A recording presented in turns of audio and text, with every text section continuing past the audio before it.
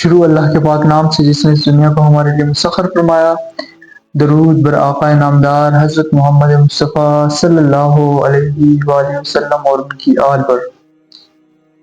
آج ہم تصوف کی ایک نہایت اہم اصطلاح پر گفتگو کریں گے۔ ایک عالم ہے عالم کبیر جو بہت بڑا عالم ہے، اور ایک ہے عالم صغیر۔ ظاہری وہ چھوٹا عالم ہے لیکن عالم کبیر کا عکس ہے۔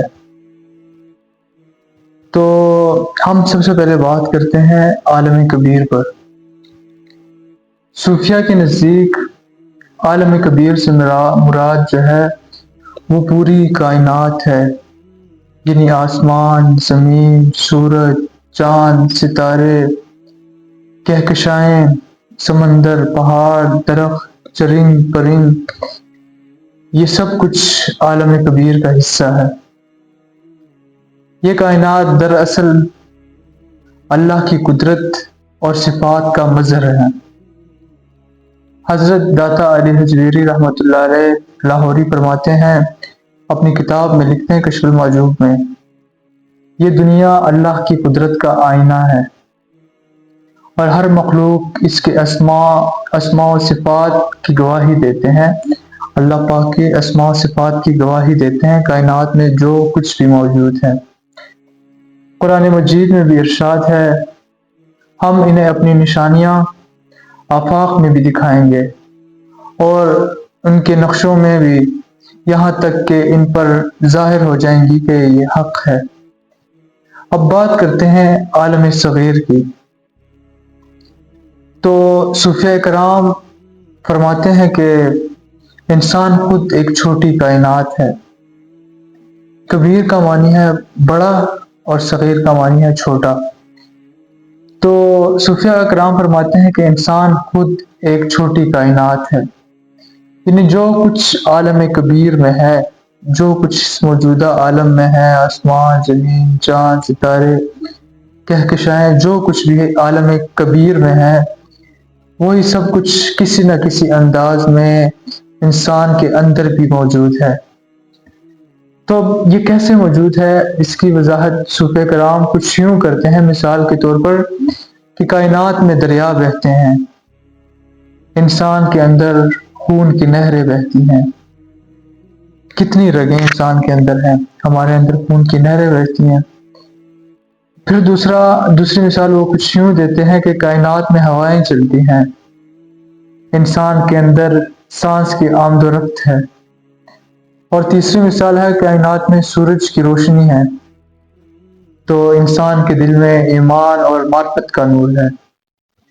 چوتھی مثال کچھ یوں ہے، کائنات میں پہاڑ مضبوطی سے کھڑے ہیں، اور انسان کے اندر صبر اور ارادے کے مضبوط پہاڑ کھڑے ہیں۔